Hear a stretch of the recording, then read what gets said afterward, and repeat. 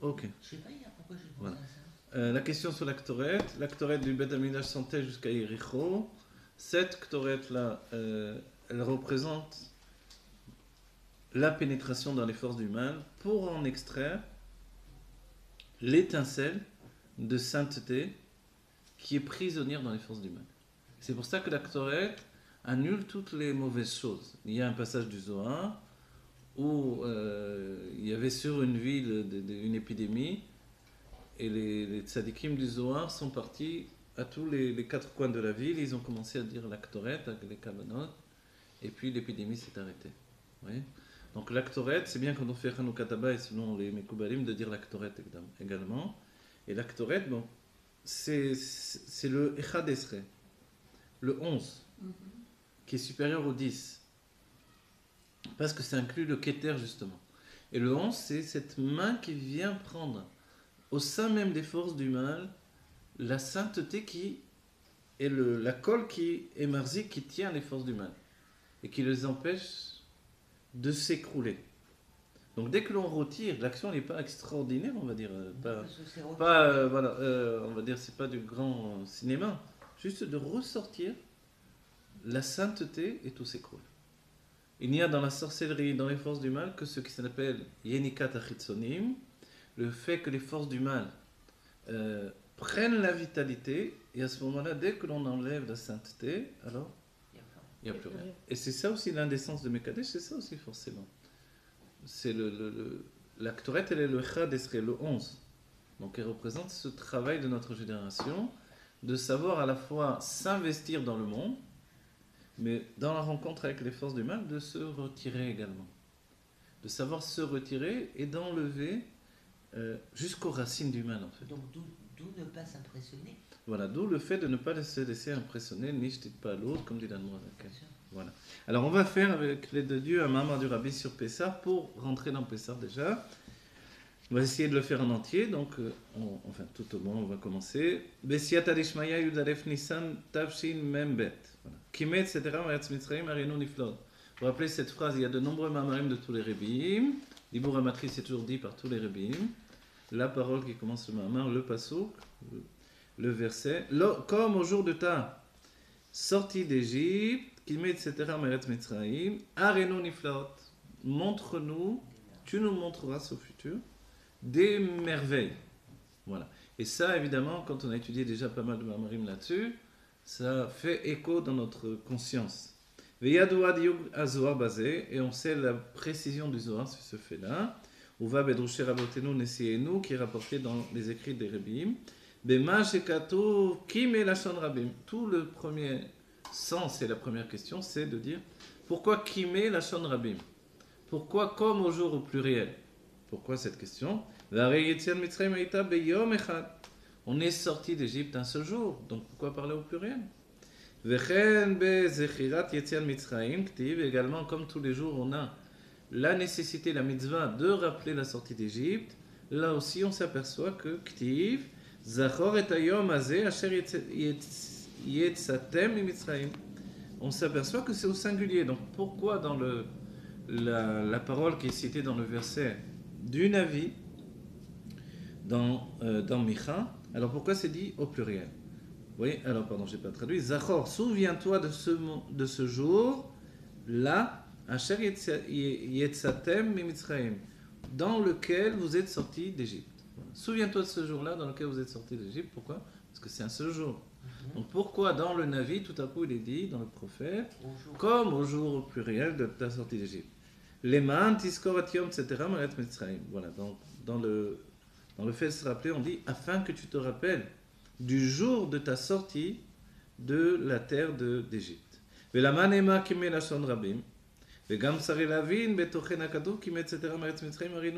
nous faut également comprendre maintenant. Qu'est-ce que l'intention même de cette phrase-là? Qu'est-ce qu'elle vient nous dire? Des pirouches à pachut basé où שהגאולה עתידה לבוא במהרה בימינו ממש על ידי משיח צדקנו תהיה באופן של הרינו נפלאות. L'explication simple, c'est que, en fait, quand on dit simplement que quand tu vas nous sortir d'Égypte, tu nous montreras des merveilles, c'est qu'il va y avoir des merveilles à voir. D'accord? Donc, c'est-à-dire que la Géoula sera une Géoula de merveille. שהגאולה עתידה לבוא במהרה בימינו ממש על ידי משיח צדקנו תהיה באופן של הרינו נפלאות. Qu'est-ce que va être cette Géoula? On veut savoir. La Géoula sera une merveille, la merveille des merveilles. D'accord? Donc tout va être merveilleux. Arrêtez d'avoir peur, arrêtez de vous focaliser sur l'idée de disparition, sur l'idée de vide, sur l'idée de mort même.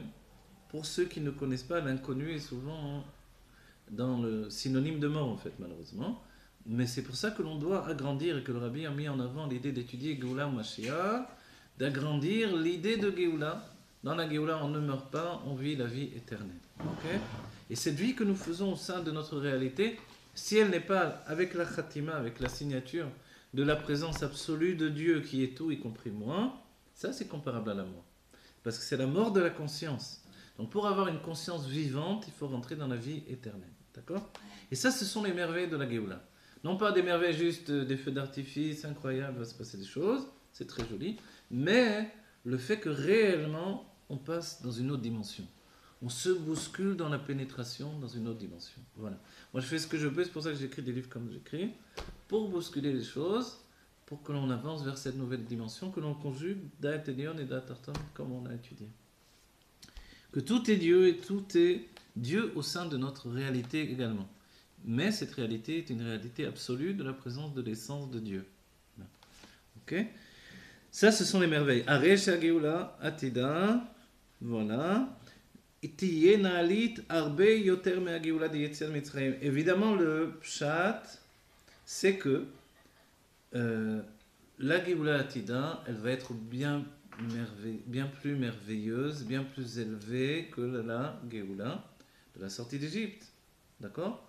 Donc, comment ça se fait? La simple question qui peut nous jaillir immédiatement en entendant ce passouk, que l'on fait une comparaison. Comment on compare la Géoula Atida, qui va être le fait de rentrer dans une nouvelle dimension, qui va conjuguer en fait la dimension de cette réalité perçue par notre conscience avec la dimension infinie de la présence absolue de Dieu, ce qui inclut notre conscience et notre corps, tout est Dieu, d'accord? C'est-à-dire que quand on dit cette chose-là, n'oubliez pas, on en a parlé plus d'une fois, donc on ne va pas tout le temps répéter, mais je le répète quand même. Tout bascule dans un certain point de vue. Tout bascule et tout reste là. C'est ça qui est extraordinaire. Vous voyez? C'est-à-dire que quand vous dites tout bascule, alors ça y est, tout, vous voyez, vous avez la tête qui tourne. C'est la conscience. Voilà. La conscience bascule parce qu'elle est tout à coup dans une... Dans sa vraie dimension. Voilà, dans un aspect de multiple conscience. Sur un point précis de ralliement de toute existence qui est la présence de l'essence de Dieu. Et nous, notre point de départ, notre point de perspective va être l'essence de Dieu, et on va se projeter depuis l'essence de Dieu vers la décision de l'existence. Comprenez? Jusqu'à présent, nous, on est dans le fruit de la décision de Dieu qui est l'existence. Donc notre point de perspective, c'est cette existence-là. Et on n'oublie pas que la chassidoute, elle nous dit, la chassidoute, c'est comment Dieu voit les hommes. Du coup, tout change. Du coup, nous sommes des tzadikim. Nous sommes des êtres divins et la réalité est divine. Mais comme je vois du point de perspective de la réalité, alors je ne sais pas ce que je vois. Tout à coup, on prend un autre point de perspective qui se trouve là, je fais comme ça, mais c'est au même endroit. Et à partir de là, on se projette dans la réalité. Donc notre voyage dans la réalité va être un voyage au sein de l'essence de la réalité. C'est-à-dire, on va savoir enfin pourquoi Dieu a voulu ce monde. Et ça, ce sont les niflaot de la Géoula. Vous comprenez? C'est le réveil absolu, effectivement.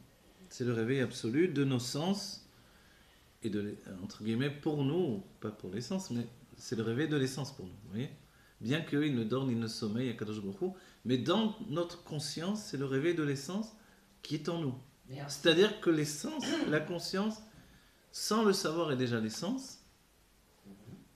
Et dès le moment où la conscience, le rabbi le stigmatise dans une parole qui dit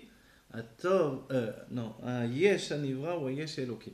L'existence créée, si vous voulez, et l'existence divine. C'est la même chose. D'accord? Donc si l'existence que nous vivons, c'est l'existence divine, on va dire alors pourquoi attendre la Géoula? Pour pénétrer dans l'intimité de l'existence. Et arrêter de rester à l'extérieur. Alors comment on peut dire qu'on est dans une dimension, on va passer dans une autre dimension? S'il y a autre dimension, c'est qu'on est toujours d'un rêve à un autre. Oui. En fait, ce que l'on va... C'est pour ça que j'ai dit que c'est un jeu un jeu qui est comme un point de perspective. Le ritouche de passer d'une dimension à l'autre, oui, nous allons le faire, sans arrêt. Mais cette faculté que nous avons de passer d'une dimension à une autre, que nous avons déjà, entre autres choses, mais notre conscience l'oublie à chaque instant. Enfin, notre conscience, c'est un affirmement, c'est le date. Après ça, on a travaillé sur le fait de se libérer du date. C'est notre mental. Ouais. Ce mental, cette conscience, ou cette perception de l'existence, nous rend prisonniers. Or, on a été libérés. Tout le travail de tous les siècles qui se sont portés sur la matière du monde ont libéré le Nitzotz et nous ont libérés également. L'étincelle a été libérée de l'enfermement de la matière. La matière, qui n'a plus de prisonnier, n'est plus un geôlier. Donc, elle est libérée avec nous. Et cette matière, c'est nous-mêmes. Comme la matière est libérée, il ne tient qu'à nous de nous libérer également au sein même de la matière, au sein même de l'existence. Qu'est-ce que ça veut dire? Ça veut dire que le stade, vous voyez, le stade présent que l'on doit accomplir dans la conscience, c'est de faire le pas vers la dimension de la liberté qui existe en nous. La dimension de la liberté, c'est de s'accorder le courage de fusionner avec Dieu. Ou avec nous, si vous voulez, ce qui revient au même, mais fusionner avec l'essence de notre être. Et parce que le réflexe humain de survie, entre guillemets, dans la conscience, c'est de faire le chemin inverse. Vous voyez, on va donner l'image, quand on se réveille le matin, on émerge de nous vers l'extérieur. Okay? Quand je perçois les autres, c'est une émergence de moi vers les autres. Or, le travail de la Géoula, c'est justement l'inverse. Puisque l'idée du Rabbi, même ce qui a été mis en avant, et c'est extraordinaire, ne plus quitter l'exil, mais rentrer dans la Géoula. Alors, si on ne quitte pas l'exil, comment on rentre dans la Géoula? Qui t'a dit que l'exil existe encore, en fait? L'exil n'existe plus. À vous de rentrer dans la Géoula. Donc notre travail d'intérioriser la Géoula, c'est intérioriser, donc s'intérioriser dans la conscience que tout est Dieu. Maintenant, c'est-à-dire ne pas attendre demain, ne pas attendre que ce soit déjà la Géoula Métivash les mains, se projeter déjà dans ce travail-là. Si vous pensez que c'est impossible, je vous le dis, c'est possible, et plus que possible, vous le faites déjà. Simplement, l'état entre guillemets, de non-retour qui faisait peur auparavant, parce qu'on avait l'impression que ce non-retour nous met dans le vide absolu et qu'on arrête d'exister. Le Rabbi nous a donné en fait Ce non-retour de quoi? ce non-retour vers la Géoula qui est ancré en chacun de nous et qui nous rend effrayés devant cette nouvelle réalité. En fait, et je suppose, vous savez, c'est comme en psychologie, si nous n'avions pas tellement peur de la Géoula, elle serait déjà là depuis longtemps. Or, dans le judaïsme, elle a toujours fait peur, malgré tout. Qu'est-ce qu'on a peur? La Géoula elle-même. Donc, c'est simple, pourquoi, je vais vous dire? Parce que la part d'attachement aux forces du mal qui est en nous, qui n'existe plus, mais qui a laissé un régiment, une trace, fait que l'on a peur de cesser d'exister. Vous voyez? C'est-à-dire qu'il faut lâcher prise pour s'attacher à une nouvelle réalité. Et après, et à ce moment-là, c'est un ratzor pour obtenir une fusion qui n'est plus dans le mode de ratzor et shov. Aujourd'hui, on quitte, on revient, on quitte, on revient. Dans la Géoula, il n'y a plus le fait de quitter. En fait, on a peur de ne pas exister, mais tout compte fait, on n'existe pas tant qu'on n'est pas dévoilé. Exactement. Pour notre âme divine, dans sa conscience, on n'existe pas. Et pourtant, la première qui a peur de ne plus exister, c'est l'âme divine.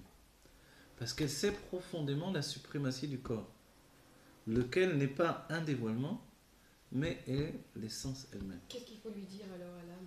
À l'âme, il faut lui dire que par la Géoula commence une nouvelle aventure, au sein même de la réalité, et qu'elle va pouvoir grandir de niveau en niveau, et qu'elle va être au contraire, vous savez, il y a un mot en français, racénérer. C'est ça le mot? C'est-à-dire, racénérer, ça veut dire comme tranquilliser. Vous voyez, c'est comme un bienfait qui vous habite. L'âme doit avoir la conscience qu'elle va se tranquilliser au sein même de cette nouvelle réalité. Et malgré tout ce que l'on pense, notre ennemi, ce n'est pas le corps, ce n'est plus le corps, mais c'est l'âme elle-même. Parce que si l'âme l'avait voulu, depuis longtemps, on serait en Géoula. Mais comme l'âme a peur de perdre son Yesh Eloki, parce que pour elle, c'est la rencontre avec le Yesh Anivra, donc on traduit, l'âme a peur de perdre son existence divine en devenant un être d'existence réelle, parce que jusqu'à présent, elle n'existe pas, donc elle ne paye pas les pots de... Ça dit en français, on ne paye pas les pots de l'existence, les pots cassés, vous voyez. Si je tombe avec mon corps, je me suis fait mal, l'âme, elle n'a rien eu. Si je souffre dans mon corps, l'âme elle-même, à part une toute petite partie qui est dans mon corps, elle n'a aucun problème. Mais elle est consciente de la suprématie du corps, alors pourquoi elle aurait peur? Elle Parce a- que c'est le corps qui va l'alimenter. Parce qu'elle a peur de l'essence, parce que Moshe Rabbeinu lui-même a eu Ah, peur de d'accord. cette rencontre avec Paro. Ok. Que si ce n'était pas Dieu qui l'accompagnait lui-même, Moshe lui-même n'aurait jamais été dans l'intériorité de Paro. Comprenez? C'est pas une peur légère.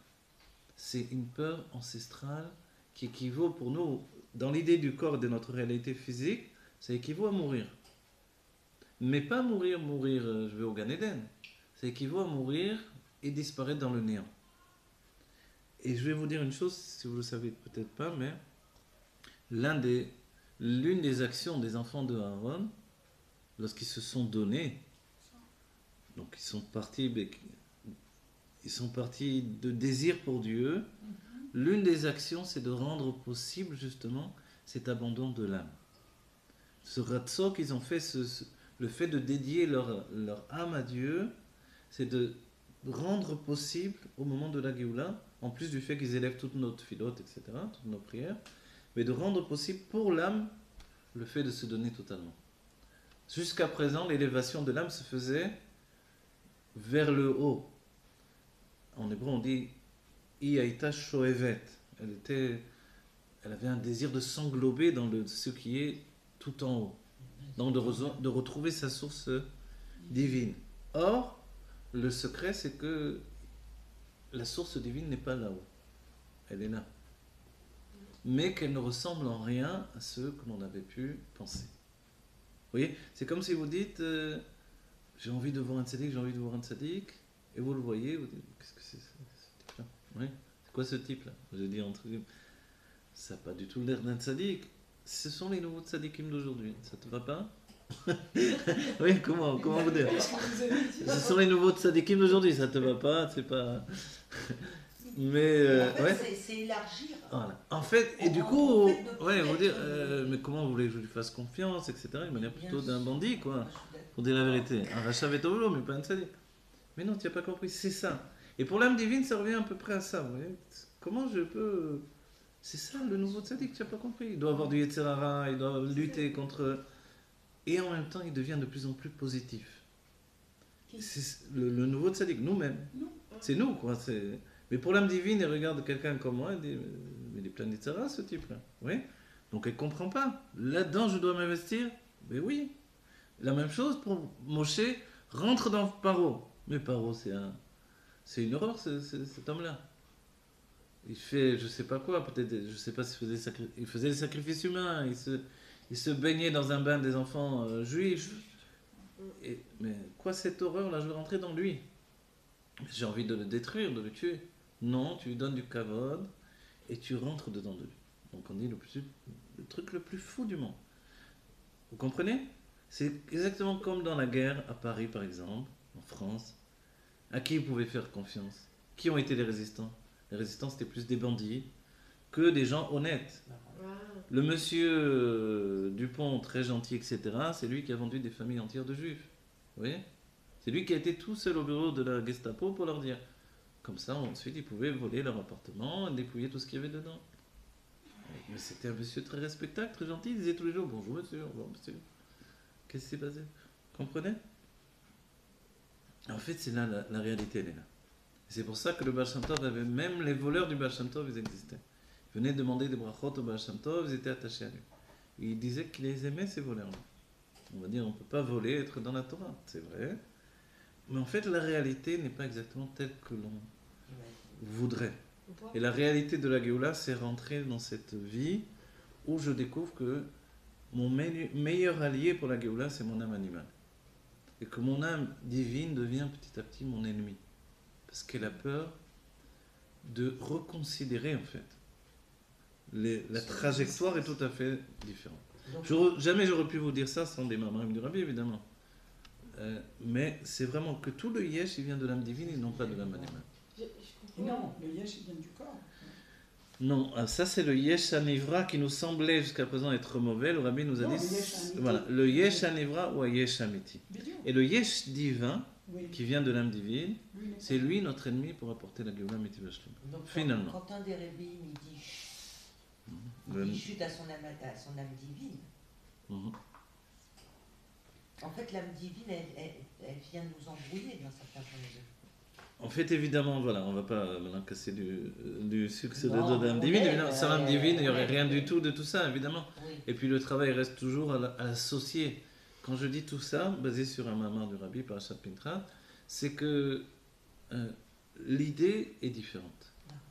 L'idée de cette Géoula, Arenu Niflot, on ne peut plus l'étudier aujourd'hui avec ce que nous avons intégré dans l'idée juste, venez, on va faire un voyage dans un pays merveilleux, c'est Disneyland, c'est je ne sais pas quoi. Mais rien de tout ça, vous voyez. Par contre, tu pourrais être à Disneyland dans Géoula. Mais c'est cette réalité qui nous fait peur, en tant qu'âme divine, parce que la réalité, elle équivaut à mourir, disparaître pour l'âme divine.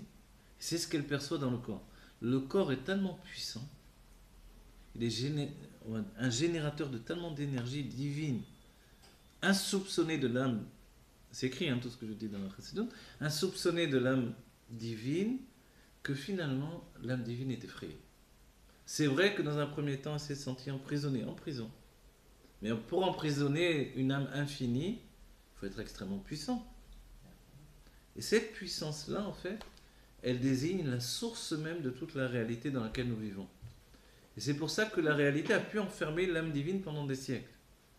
Et maintenant, après que l'âme divine s'est habituée à vivre sa liberté à côté de la réalité, on lui demande de s'investir totalement dans la réalité.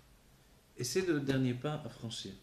Que l'âme divine de l'un d'entre nous pénètre totalement en osmose avec cette nouvelle réalité, Amen. qui est nouvelle juste dans la perception, d'accord ? Et tout se transforme. C'est un renversement absolu. Et ça, ce sont les merveilles de la Géoula, qui n'ont pas été vues dans la sortie d'Égypte. Ce que je voulais Voilà. vous dire, pourquoi on donne un exemple. Ah voilà, alors c'est donc, voilà, tout ça je vous ai dit pour vous dire, maintenant la question du Rabbi elle prend un autre sens dans l'idée. Alors pourquoi quand même on se base sur la sortie d'Égypte pour dire qui met, etc. Comme au jour de ta sortie d'Égypte. Voilà, c'est la question du Rabbi. Chez la reine, les filles d'Ia Achat, en maskirin yetzel mitzrayim limot hamashiach. C'est pour ça, d'après un avis, il y avait un avis, oui, c'est un avis, ça fait un avis, un prophète, un avis dans la Gemara qui nous disait que, Une idée. voilà, un avis, c'est-à-dire quelqu'un qui aimait la vie que dans Masret Brachot, que non, on ne rappelle pas du tout dans la Géoula, dans Yetzel Mitzrayim. Pendant tout l'exil, on a rappelé. Parce que l'idée, c'est qu'on a pu se libérer de la matière. N'oublie pas, tu es libéré. Pourquoi on a sans arrêt dit tu es libéré? Parce qu'à chaque instant, on a l'impression qu'on est enfermé dans ce monde. Or, on nous prévient tous les jours et on met les tefilines, etc. Oui, la femme n'a pas la mitzvah de mettre les tefilines. Ça veut dire qu'elle n'a pas besoin de faire un travail aussi grand que l'homme. La fête de Pessah, c'est à nouveau se rappeler qu'on a été libéré. Parce qu'autrement, on pourrait penser qu'on est enfermé dans la matière. D'accord? Mais tout ce travail, il vise à enlever la terreur profonde qui est en nous. D'accord? Mais jusqu'à quand, hein. Vegam, la yediat shemaskirin Yetzel Mitzrayim, limot hamashiach, tsarir al ze limud miyuchad. Et maintenant, quand on va d'après la vie qui nous dit que, oui, on rappelle la sortie d'Égypte dans les jours du Mashiach, alors il faut étudier qu'est-ce que ça veut dire exactement. Ma'u omro, ki me, etc., me'eretz Mitzrayim arinu niflaot. Donc, qu'est-ce que ça veut dire finalement? Que comme au jour de ta sortie d'Égypte, tu nous montreras des merveilles. Shailui de Geoula atida ima shegam as yeh arenu niflaot kemo shaya beitziad Mitzrayim. Alors, il nous dit le Rabbi, c'est que finalement, l'élévation même de la Géoula future, immédiate que l'on va vivre, c'est que nous allons vivre des merveilles comme au jour de la sortie d'Égypte. Alors on va dire, qu'est-ce qu'on a avancé dans le Mahamar en disant ça? On a avancé dans le sens de nous figurer la notion de merveille que l'on a pu vivre dans la sortie d'Égypte. 2, nous dire que de la même manière que là-bas on a vécu des merveilles, maintenant nous allons vivre des merveilles. Et on va citer le fait que en Égypte, l'Égypte n'était pas une prison physique. L'Égypte était une prison morale et spirituelle. C'est-à-dire que tout le monde, a priori, au niveau physique, géographique, pouvait sortir d'Égypte. Il n'y avait pas de prison. Ce n'était pas des murailles sur des kilomètres et des kilomètres. Alors on va dire quoi? Alors qu'est-ce qui enfermait les gens dans cette Égypte? Pourquoi elle représente l'enfermement? Parce qu'il y avait de telles forces de l'impureté, de la Touma, qui se nourrissaient de la vitalité du peuple juif, que il était impossible d'en sortir. C'est-à-dire que ce n'était pas physique, c'était une torture spirituelle qui empêchait l'individu de se dégager. Parce qu'on va se dire, mais c'est pas possible, pendant tout ce temps-là, ils se sont laissés faire, ils sont restés en esclavage des centaines d'années. C'est quoi, c'est du fou ces gens-là. N'importe quel peuple au monde, tu fais une révolte, tu essaies de t'en sortir. Ici, on s'aperçoit que ils étaient en esclavage pendant. Des enfants sont nés, ils ont continué, ils ont grandi en esclavage. C'est normal, comme monsieur tout le monde va au supermarché, ici, ils allaient au travail casser des pierres, etc. Mais d'un certain point de vue, c'est ce qu'on vit dans l'époque dans laquelle on est. D'un certain point de vue, c'est exactement ça. C'est pour ça que je le compare au fait d'aller au supermarché ou d'aller à la banque, de payer son loyer. On est libre et en même temps on est complètement emprisonné.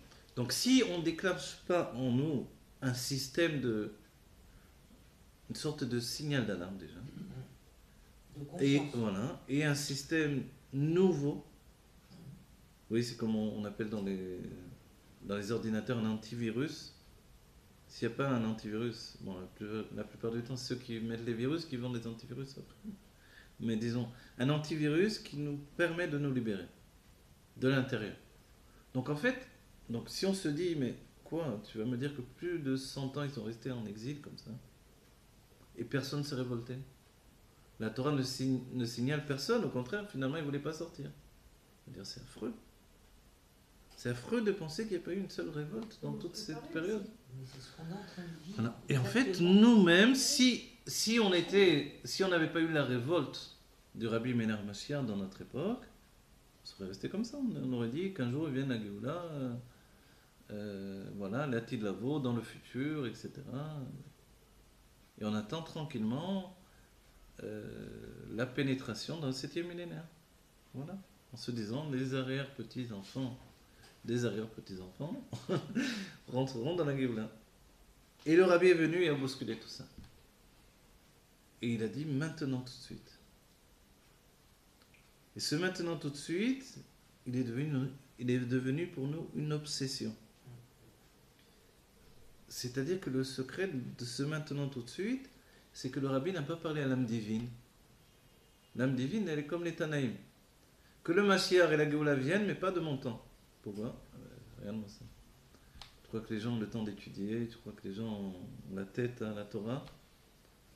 Ils sont dans le balagan du monde, etc. Il faut gagner sa vie, il faut payer les dettes, les charges, les ci, les là. Et le Rabbi nous dit non, maintenant tout de suite. C'est-à-dire maintenant tout de suite, tu dois être capable de focaliser ton esprit sur la Géoula Amitid Vashlema. Et comme le Rabbi nous a donné cet axiome essentiel, l'idée que on ne quitte pas l'exil, au sein de l'exil on vit la Géoula, donc en fait on n'a plus aucune excuse. Auparavant on avait l'excuse, à cause de l'exil autour de moi, je suis en exil. Et maintenant le Rabbi nous dit non, on t'a sorti de l'exil, maintenant sors-toi de ton propre exil. Et ça c'est le travail que nous avons entamé. Chacun, donc il y a des fantassins, il y a des cavaliers, il y a des... Chacun a sa place. Donc on ne veut pas dire c'est moi qui ai raison, l'autre a tort, etc. Non. Celui qui est dans l'action, celui qui est... Et si nous avons choisi l'étude, c'est-à-dire travailler sur la conscience, on doit y aller à fond. On doit y aller à fond et ne pas s'arrêter un seul instant et diffuser un maximum. D'accord, Rav Korban, c'est tout ça, oui, bien sûr. Bien sûr qu'il y a l'enseignement. Mais il y a quelque chose, pas de Oui. plus, mais il y a quelque chose d'autre, de supplémentaire, quoi, je veux dire, qui va nous aider, Bémet, à briser le massar, quoi, si on peut dire ça. Oui, comme c'est ça. sûr que oui. Il y a quelque chose dans notre comportement. Il ne faut pas porter de jugement, il ne faut pas, je sais pas moi, il ne faut pas avoir peur, il faut foncer toujours dans le positif. Et ça, devant, devant les choses de la vie, c'est peut-être la difficulté la plus grande. Je vous dis pourquoi. Parce que dès qu'on lâche ça, il n'y a plus rien. Non, on va signaler.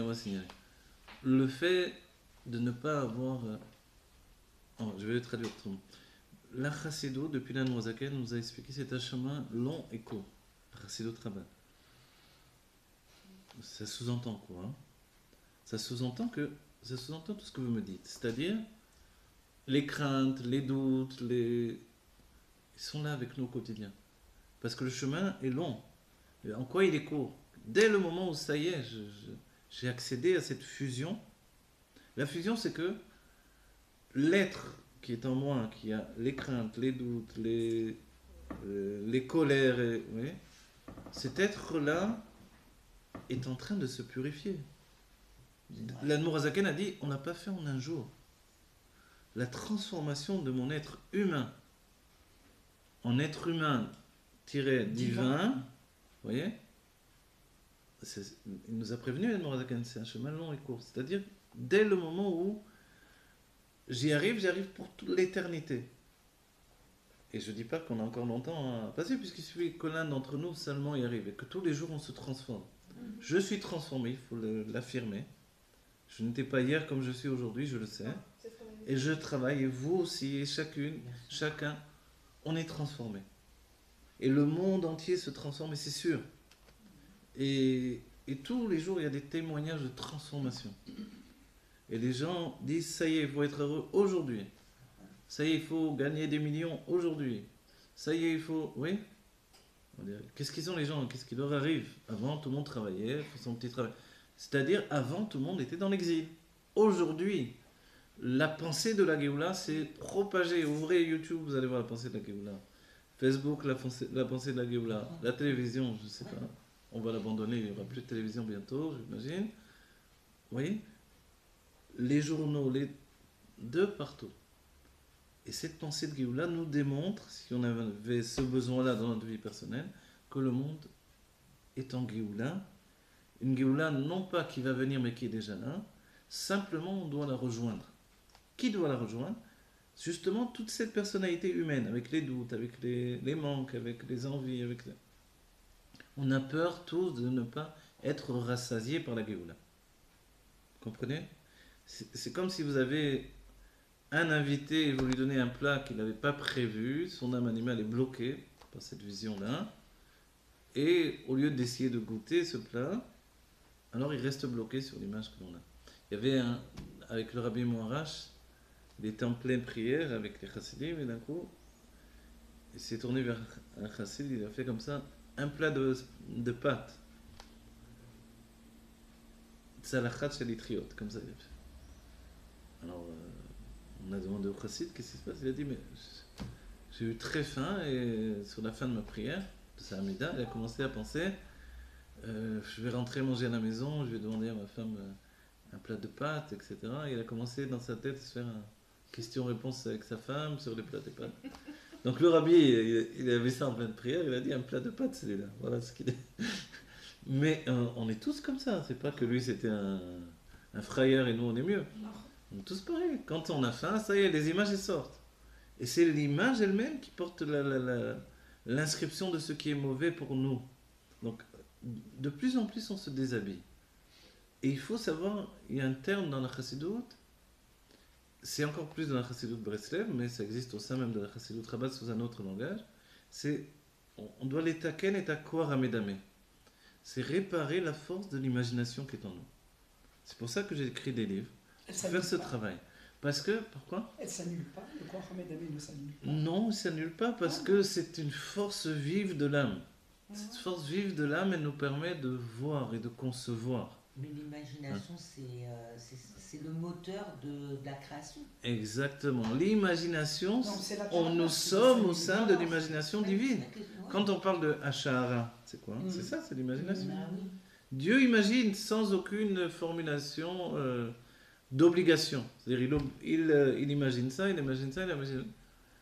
Et le monde sera dans une des perspectives imaginées. À chaque fois, ça se transforme et il n'y a pas de fin. Donc évidemment, on est dans l'imagination. Mais l'imagination divine, qui fait que tout existe comme ça, c'est Dieu qui a imaginé un frigidaire, une table, un lit. Mais les hommes ont découvert que quand ils mettent 4 pieds et une planche plate, ça fait une table. Oui, etc., etc. Mais c'est Dieu qui avait déjà tout vu dans sa pensée à lui. Et nous vivons au quotidien avec l'ordinateur. Dieu avait déjà pensé à ça, là. À l'avance, etc. Et alors un homme l'a découvert, etc. Donc cette imagination, elle n'est pas négative, elle est positive. Elle, Donc est tout- elle est même le monde. Non, celle-là, elle est le moteur de la vie, ça c'est sûr. Voilà. Puisque Mais, Dieu, elle, voilà. elle est dans Dieu aussi. mais elle est toujours dans un système de Kripa Noga, de se diriger vers le bien ou le mal. Voilà, voilà, voilà. Et c'est vrai que la tendance populaire, c'est de nous diriger vers le mal. Oui. Donc, il y a un travail personnel. Et c'est ce qui est en train de naître de toute cette course à l'information. C'est la nouveauté de l'information personnelle, finalement, qui n'existe pas auparavant. Vous voulez dire quelque chose? Si vous voulez le dire à la télévision, avant qu'on vous accueille à la télévision, il faut être célèbre. Il faut... Voilà. Prenez une tablette, vous mettez sur YouTube, ça y est. Vous prenez votre portable, vous mettez sur Facebook. C'est-à-dire que immédiatement, vous pouvez toucher le monde entier. Mhm. Si vous avez quelque chose d'intéressant à dire, ça va faire son chemin. Et ça, c'est nouveau, ça n'existait pas. Combien de gens avaient des messages à porter à l'univers et personne ne les a entendus? Donc, vous voyez, et ça, c'est la Géoula. La Géoula, c'est qu'il n'y a plus de frein entre ce que je désire exprimer et mon expression. Et comme on est dans un monde de la révélation, le monde de la Malchut, Aolam Amasé, vous voyez, Asiya, le monde de l'action, immédiatement par l'action, nous pouvons atteindre l'univers tout entier. Et ça, c'est merveilleux. Et c'est chacun d'entre nous. Donc chacun d'entre nous, d'un certain point de vue, je vous dis, vous êtes un personnage. Et ce personnage-là est intéressant. Là, je fais du coach. Je dis, vous êtes un personnage intéressant. Ah non, moi j'ai l'impression que je suis vraiment... J'intéresse personne, je ne m'intéresse pas moi-même. Et ça, c'est le gros problème. Vous voyez ? Intéresse-toi à ce que tu es. Fais le point sur le parcours que tu as eu jusqu'à présent. Utilise cette expérience et prends le gouvernail de ta vie. Et puisque nous sommes dans une possibilité d'influence, influence le monde entier. Voilà. Et ça, c'est un message passé à chacun. Et je vous dis, moi, que la génération du Rabbi, y compris les non-juifs, on ne sait pas de toute façon qui est juif et non-juif dans le tas, ils sont en train de se réveiller. Les jeunes parlent sur YouTube, sur Internet d'une manière libre. Ils n'ont pas de la peur de dire même je gagne tant d'argent, je fais ça, je fais ça. Et on vous explique comment vous-même y arriver. Ça, c'est merveilleux. Non seulement ils sont sortis d'Égypte, mais ils vous font sortir d'Égypte. Chacun peut y accéder. Donc l'enfermement qui était obligatoire précédemment, et on a tous vu nos pères ou nos grands-pères travailler, comme on dit en hébreu, on dit Mitzeta Rama, Mitzeta Chama, Tseta Neshama, depuis la sortie du soleil jusqu'à la sortie de la Neshama, de l'âme. Le bonhomme, il se lève, il fait encore nuit, il va travailler, et il revient la nuit, et il va se coucher, il se relève le matin et reventre. Oui. Et ça, c'était une vie qui existait pour la plupart des gens, du commun. Aujourd'hui, c'est fini. Il n'y a plus de gens du commun. Tu as quelque chose à dire, dis-le. Ça fera son chemin. La vérité qui est dans chacun d'entre nous fera le tri. Vous comprenez ce que je vous dis? Chacun. Nous sommes un personnage, et ce personnage, il est important pour l'humanité entière et pour concrétiser la Géoula. Et c'est pour ça que le Rabbi nous a dit, tu connais Aleph? N'attends pas de savoir Bet, Gimel, Dalet. Enseigne Aleph. Moi, je connais rien. Aleph, c'est rien. Aleph, c'est rien. Tu sais ce que c'est, Aleph? C'est tout. Voilà. On va t'expliquer Aleph d'après la Chassidut. Tu vas voir que Rabbi Akiva a étudié des années sur le Aleph. Il a expliqué des années sur le Aleph même. Alors, c'est quoi le Aleph d'un juif? Vous voyez? Donc, tout ce travail-là, de se rendre compte que dans la sortie d'Égypte, il y avait déjà tous les éléments de la Géoula que nous allons vivre, c'est de nous rendre compte que cet exil que nous avons vécu n'était pas un exil obligatoire, mais que le blocage sentimental, intellectuel, humain et de la Torah elle-même, voilà, la perpétuer. Il y avait un sens du sacrifice dans le peuple juif qui était à la graine même du sens du sacrifice chrétien et qui était l'image même du Mashiach, qui prenait des souffrances, etc., et qui s'est cristallisé donc dans l'idole des chrétiens. Le peuple juif l'a porté avec lui. Et comme il a donné ce, entre guillemets, ce feedback au monde, le monde lui a rendu toujours ça. Jusqu'à aujourd'hui.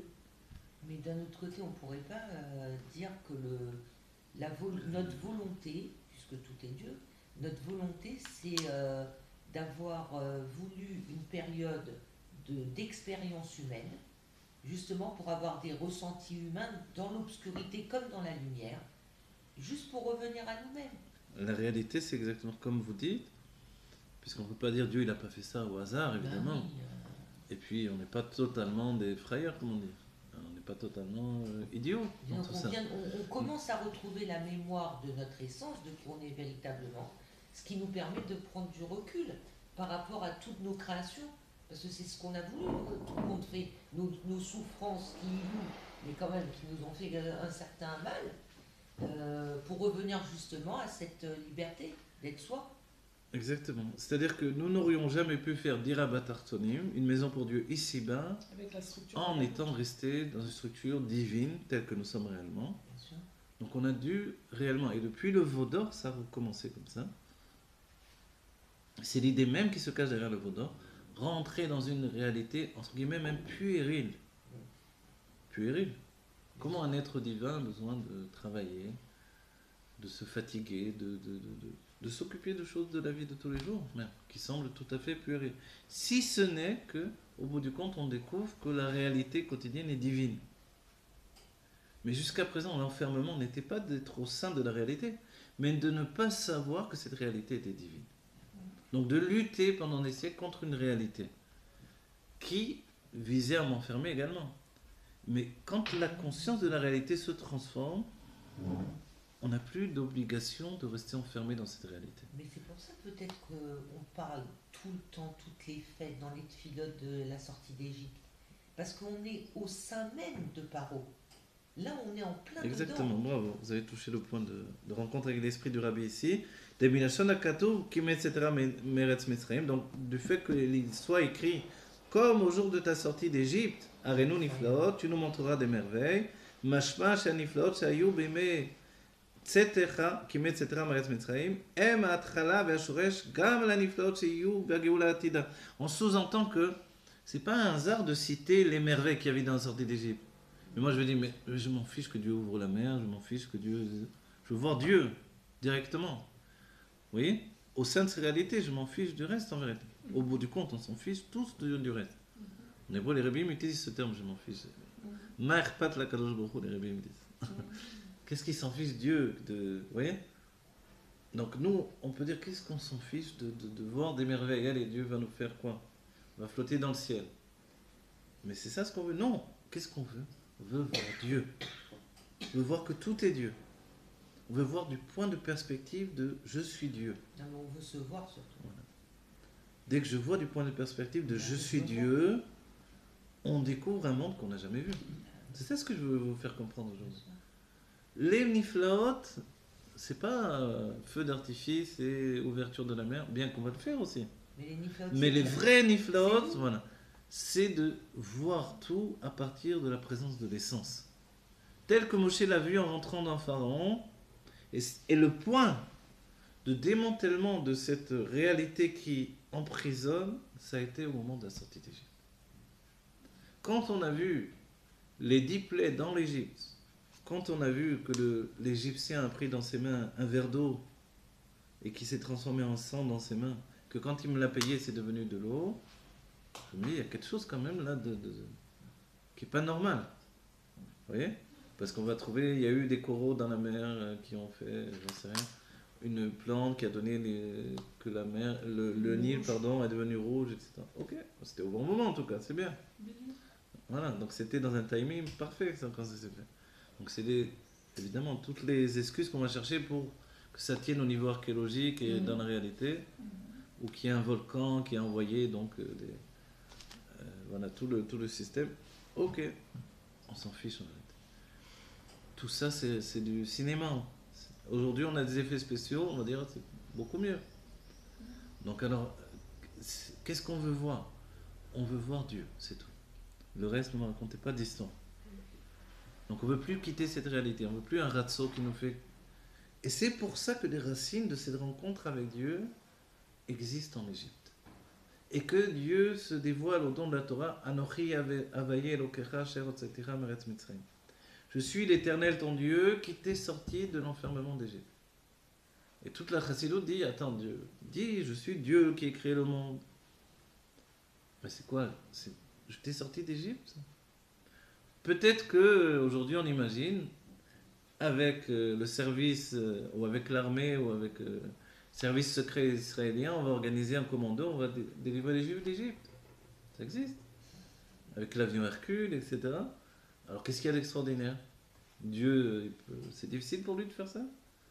Pourquoi Dieu se signe au don de la Torah comme celui qui nous a sortis d'Égypte? Parce que c'est plus difficile que de créer le monde. Une fois que j'ai créé un monde basé sur la limite et l'enfermement, de briser le carcan de la limite de l'enfermement que j'ai désiré, c'est beaucoup plus, entre guillemets, il n'y a rien de difficile pour Dieu, beaucoup plus extraordinaire. Et je te signe que c'est moi qui fais ça. Non, mais d'un autre côté, est-ce que tout ce voyage, parce que tout compte fait, il y a le but qui est une chose, mais le voyage pour arriver à ce but, c'est ça qui est enrichissant aussi. Oui, bien sûr que oui. Alors voilà, ça c'est la suite de l'explication. Bravo. Et le rabbi nous dit, de ce que l'on vient de préciser, on comprend qu'il y a quand même une ma'ala, une élévation, c'est-à-dire une valeur particulière, dans la sortie d'Égypte, même par rapport à la Géoula que nous allons vivre. Pourquoi? N'oubliez pas, les Juifs n'avaient pas demandé la Géoula tous les jours de leur vie. Les Juifs étaient occupés à travailler, comme on a dit, comme Monsieur Tout-le-Monde, qui va faire le maçon, qui va faire un travail, qui va travailler sur le sentier, qui revient la nuit, qui est parti le matin à 5h du matin. Voilà, et c'est possible de vivre comme ça? Donc les gens se réveillent, ils disent c'est plus possible, on n'est pas des fous. Mais à l'époque c'était comme ça, c'était normal. Et quand on dit que l'exil s'est perpétué, c'est que les Juifs ont continué à vivre comme ça. Et à s'enfermer dans des ghettos, etc., etc. Volontaires ou involontaires. Et quand on a fait le mur en Israël pour nous protéger des Palestiniens d'aujourd'hui, c'est aussi la même chose, à nouveau faire un ghetto. Donc on comprend bien qu'il y a un problème avec cet enfermement que l'on perpétue. Il y a une acceptation aussi au niveau de toutes ces lois qui sont inhumaines, où on est complètement à plat ventre devant Exactement, tout le monde. c'est vrai que dans les lois, dans la politique, dans la police, dans les jugements, mais dans les tout, voilà. Tout ce système, on peut se retrouver, exactement, comme on a vu le rabbi, et puis même ça étouffe les peuples. Dans la Russie communiste. Non, mais il n'y a pas besoin d'aller voilà. en Russie. Non, mais c'est ça, c'est ce que l'on vit dans tous les gouvernements américains ou autres. Oui, même israéliens, voilà. Et même tout. On se retrouve face à des gens qui croient dur comme fer à ce qu'ils font. Et ça pour... Non, mais qui sont une minorité, non, avec un peuple qui est la majorité et qui accepte. Oui, et ceux qui terrorisent le plus, finalement, c'est ça. C'est de voir que l'autre en face, il croit comme si c'est le seul et unique c'est dingue, ça. Projet de l'humanité.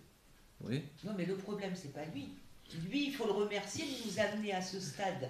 Face à nous, on se dit, mais Admataï, c'est là qu'on devrait se dire Admataï. Mais dans l'instant où on vit la chose, finalement, il y a toujours une sorte de décalage entre deux états d'esprit. Vous voyez? Et c'est pour ça que même Moshe Rabbeinu avait peur de Paro. Quand Moshe a peur de Paro, il a peur de la réalité. Cette réalité qui enferme, elle fait peur. Et c'est pour ça que quand Dieu nous libère de la réalité qui enferme, c'est le commencement de la Géoula Amitית Vashlim. Il y a une ma'ala dans le fait de se libérer d'une réalité qui nous enferme, qui nous fait peur. Il y a une élévation. Et aujourd'hui, notre travail, c'est de désamorcer la réalité qui fait peur. Et confronter de nouveau à cette réalité, vous voyez, vous avez un procès, un truc, vous vous retrouvez devant les avocats, les trucs, vous dites, c'est pas sérieux là, franchement. Quelqu'un qui va rigoler, qui va dire... Et tout le monde se prend au sérieux, tout le monde... On est C'est dans pas un vrai, théâtre. on en est encore là et il n'y a rien qu'à bouger, c'est possible. Vous voyez? Le rabbi lui-même s'est confronté à ça quand il y a eu les livres qui ont été pris et l'histoire, elle est passée au tribunal des Goïms, mais vous êtes confronté à une réalité. La réalité qui vous érige voilà, des barrières et des lois de faire, c'est comme ça ou c'est rien. Et tout à coup, vous passez d'un semblant de liberté à un enfermement véritable. Comme l'a vécu le Rabbi Rayatz, comme l'a vécu Rubashkin aujourd'hui. Donc alors, comment sortir de ça? Voilà, ça c'est Tarles, toute cette étude. Comment elle nous amène à sortir nous de libérer. ça? Comment? Il faut s'enraciner dans le début de l'enfermement. Comme le Rabbi nous dit ici, maintenant on comprend bien, comme il y a eu un début de l'enfermement du juif, puisque le peuple juif n'existe qu'à partir de l'Égypte. L'enfermement au sein du corps et de la réalité matérielle s'est fait en Égypte. Et c'est pour ça, à nouveau, je vous dis, mais pourquoi ils ne se sont jamais révoltés? Pourquoi il a fallu que Dieu vienne les prendre par la tête, les cheveux, les sortir d'Égypte? On a dit tout à l'heure, il n'y avait pas d'enfermement physique, alors enfuis-toi.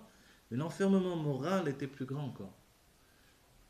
Et il a fallu que Dieu lui-même vienne les délivrer. Alors, Il est dit, alors, Ani velo malach, ani velo sarah. Vous vous ok, rendez alors compte? ce que vous dites, ça voudrait dire peut-être que s'il n'y a pas... Non, c'est impossible.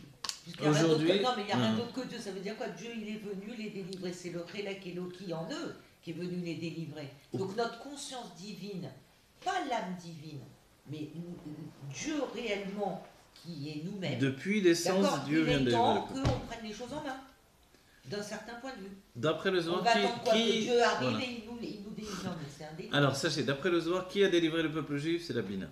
Aujourd'hui, qui Ah, délivre, moi, ça m'étonne. voilà, qui délivre le peuple juif?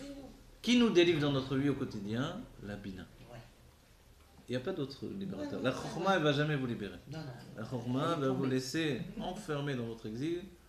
Mais Oui, maximum, elle va arranger un peu les choses, elle va rajouter un petit coussin. ouais, ouais. Mais c'est tout, quoi. Elle ne va pas bouger de son mal-être. Parce qu'elle n'est pas combattant. Elle ne rentre pas dans le problème. Elle fuit le problème. Elle veut qu'on le laisse tranquille. Ça, c'est la Chorma. De là-bas viendra le Eden, le plaisir de la Géoula. Mais en attendant, si c'est pas la Bina qui se bouge, qui travaille, et la Bina, c'est cette projection constante, ne pas accepter ce que je vois, accepter ce qui est. Donc, donc quand le Rabbi dit que la Géoula va venir des femmes, Alors, de ce côté-là, il effectivement. parle justement de Également. la dimension de la femme qui est la Bina. Exactement. Enfin, Bina dans ses etera racines. natna laisha, Ok. besrou nashim sitkaniot. Une bina, une réflexion supérieure a été accordée à la femme. Du mérite des femmes méritantes, nous sommes sortis d'Égypte. Du mérite des femmes méritantes, nous allons sortir d'Égypte aujourd'hui. C'est vrai. Y compris la femme qui est dans l'homme, évidemment. Bien sûr, la Bina. Sa propre La bina. dimension de la dimension. Et l'Admorazaken dit toute l'étude ne devient effective que quand on est midbonen, que l'on réfléchit. D'accord. La différence entre l'étude et la réflexion, c'est l'étude devient moi. L'étude, elle reste dans le livre ou dans un coin de ma tête comme un devoir que j'ai appris, mais elle ne devient moi-même que quand j'ai fait le travail de Hidbonenout. Et c'est grâce à ça de réflexion, c'est grâce à ça que mon âme évolue et grandit. C'est-à-dire que je fais des kélim, des réceptacles, qui laissent pénétrer encore plus de lumière divine, qui me libèrent de plus en plus. Et cette libération-là, comme on va dire la libération de la femme, hein, c'est ça, c'est la libération de l'esprit. Mais excusez-moi, j'ai une question. Ça veut dire quoi je fais des réceptacles? Je fais des réceptacles, c'est que non, les réceptacles se font par ma bonelot et par ma palo. Mais il y a, tant Mon qu'on est dans émerveillement. cette idée de réceptacle, on est encore dans le réceptacle et on n'est Non, pas non, dans non, recommencez pas ça. l'unification. On parle de bina, chorma, bina. D'accord. D'accord. Donc, justement, dans la bina, vous voyez, la chorma, elle dit tout est Dieu. C'est fini. Ok. Mais malheureusement, tout est Dieu. Si toi ça va bien, tant mieux pour toi. Et c'est vrai que dans le tout est Dieu, il y a un côté je te mets en prison, je te mets dans l'usine, je te mets. Du moment qu'on me laisse tranquille, tout est Dieu, je m'en fiche. Oui. Non, sachez. C'est la Or, c'est la chorma, elle est comme ça. D'accord. Puisque tout est déjà Dieu, puisque l'essence de Dieu, c'est tout ce qui existe, qu'est-ce que j'ai à faire? J'ai rien à faire. Arrêtez. Il y en a même qui m'ont dit pourquoi tu cherches des Gilouim, toi, dans l'étude? Arrête. Le Maasé, c'est le Ikar, la réalité, l'essence de Dieu, elle est dans la matière. Qu'est-ce que tu cherches? Je dis alors j'arrête d'étudier, je veux pas des Gilouim. Mais la Géoula, c'est des Gilouim, avant tout. Des Gilouim, c'est une projection dans une réalité qui est là, mais qui se dévoile. La différence entre la réalité essence et la réalité Gilouï, c'est justement l'Aïtpalou de la Bina. La Bina a un besoin profond d'Aïtpalou, d'émerveillement. Si je ne m'émerveille pas, alors quoi? Si un homme ne s'émerveille pas de ses enfants, il est le plus froid des pères et le plus terrible. Quand il s'émerveille, tout change.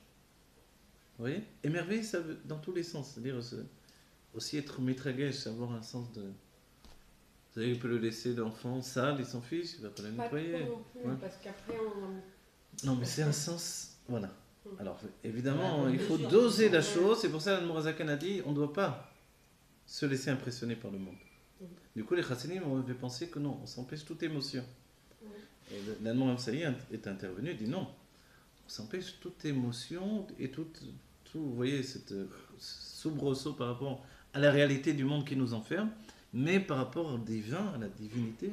Si j'ai pas d'émotion, si j'ai pas d'émerveillement, je suis mort. C'est la différence Voilà. entre Regishut et Dragshut. Oui, exactement. C'est pas la Voilà. même chose. Exactement. ונקודת הביאור בזה שבפסוק זה כי מצאתרה מארץ מצרים הראינו נפלאות.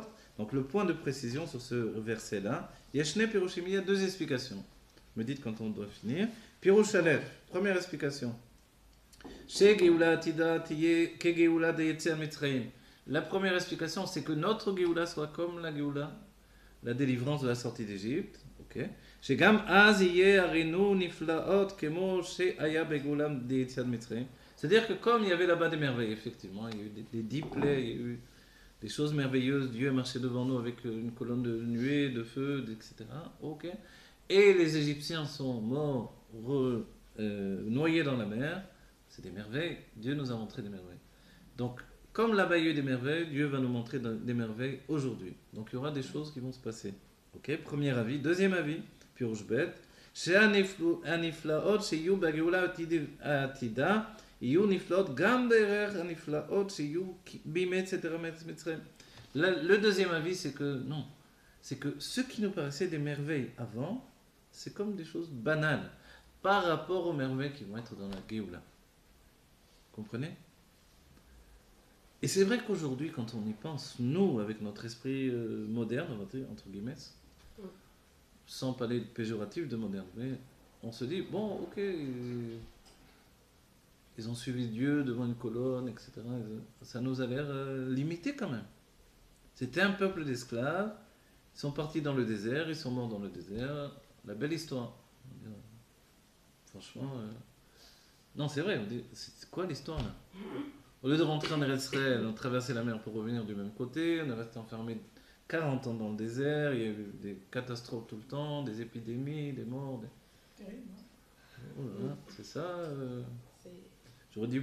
Alors, je me dis, c'est sûr qu'ils ont eu l'idée, peut-être que l'exil en Égypte, c'est moins terrible que Dieu lui-même, quoi. Peut-être en comparaison, on ne sait pas. Oui. Donc, on va se dire, bon, les merveilles, là, ils étaient quand même limités.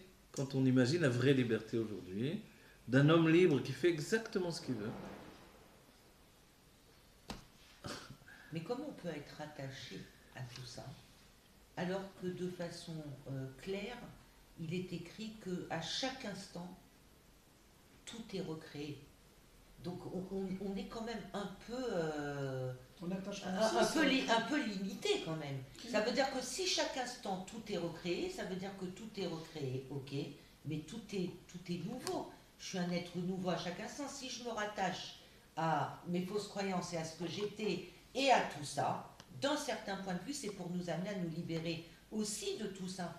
Jusqu'à quand on va parler de ça? Bravo. Alors, la question, elle est justement là, vous comprenez? Oui. Est-ce qu'on a besoin de parler encore de l'Égypte Non, on a et de besoin d'en l'enfermement de parler tant qu'on est l'Égypte dedans. pour découvrir que notre Géoula va être plus grande que ça, ou se rendre compte que Ça y est, ce stop. que nous avons vécu en Égypte, ça va, on va plus en parler. Désolé, ça fait son temps, c'est fini. Oui, mais Oui. c'est vrai. Donc c'est deux avis. Voilà, exactement ça. Mais d'un autre côté, on est obligé de rentrer dans l'enfermement pour vivre les Géoula.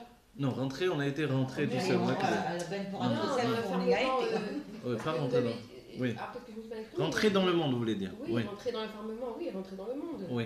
Rentrer dans le. l'enfermement, dans Mais le sens monde, où la réalité non, est- mais le monde, il n'est pas un enfermement puisqu'il est créé à chaque instant. Oui, mais ça. Donc changer notre mode de se positionner Oui, mais- complètement. Alors, ça regardez, reste elle a une- raison. ça reste Par une rapport à l'âme limite. divine, et vous avez raison aussi, les deux. Bah, Par rapport à l'âme divine, Non, mais il n'y a pas de souci. Hein.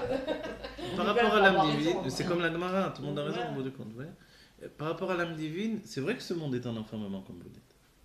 Un homme, s'il devient, on va dire entre guillemets, kadosh, s'il est dans l'étude, tout ça. Moi, je me rappelle, quand j'étais 10 ans en collège, je me rappelle que de faire mon Rambam, alors que j'étudiais toute la journée la Kabbalah et la Chassidut, de faire le Rambam, ça me mettait en galoute terrible.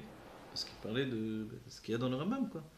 C'est-à-dire des tueurs, des voleurs, des violeurs, des ci, des là. C'était dur pour moi. Donc c'est ça, a priori. Donc rentrer dans le monde, évidemment, j'avais peur du monde. Et j'étais dans une bulle, dans un rêve. Un rêve de Gdusha, peut-être, mais dans un rêve. Donc j'étais pas en confrontation avec la réalité. Et souvent, on vit la vie dans une non-confrontation avec la réalité. Et on peut être des années, des 20 ans, des 30 ans de notre vie comme ça. C'est pas plus. Et un jour, on se réveille.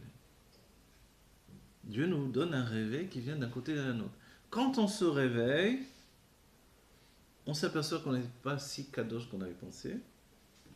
Donc, n'était pas si merveilleux qu'on aurait pu penser. Et puis, on découvre que on a un certain attrait à revenir vers le monde et découvrir que là-bas, j'ai aussi des racines qui existent. Autres que celles qui m'ont coupé de cette réalité. Comprenez? C'est l'image même du Baal Tshuva qui quitte tout pour le retrouver. C'est l'air clair. Et donc là, c'est la même idée. Je quitte l'Égypte, donc on ne va pas me rappeler, puisqu'on dit ne pas rappeler à quelqu'un c'est Averot. Pourquoi on a besoin de baser notre Géoula sur le fait d'avoir été sorti de l'Égypte? C'est comme de rappeler tout le temps à quelqu'un, tu as été un prisonnier, tu as toujours été un prisonnier, tu seras toujours un prisonnier. Ouais. C'est vrai, je suis libre maintenant, non? Tu es libre par rapport à la prison où tu étais avant, mais tu es encore un prisonnier. Alors, est-ce qu'on a vécu une expérience en Égypte? Le fait de sortir d'Égypte, c'est rentrer dans une nouvelle aventure, une nouvelle expérience. Ça veut dire qu'on n'en finit jamais tout compte fait. Alors, toute l'idée, et on le souligne quand Dieu dit, quand Moshe va demander à Dieu, dis-moi quel nom je vais utiliser pour te désigner. Parce que Dieu dit, va leur dire que ça y est, le temps est venu qu'ils sortent d'Égypte. Alors Moshe dit, ils vont me demander qui tu es. Comment je te présente à eux? Et il leur dit, et qui est qui est? Je serai celui qui serait, le Rashi nous dit, je serai avec eux dans cette délivrance-là de cet exil, comme je serai avec eux dans la délivrance du prochain exil.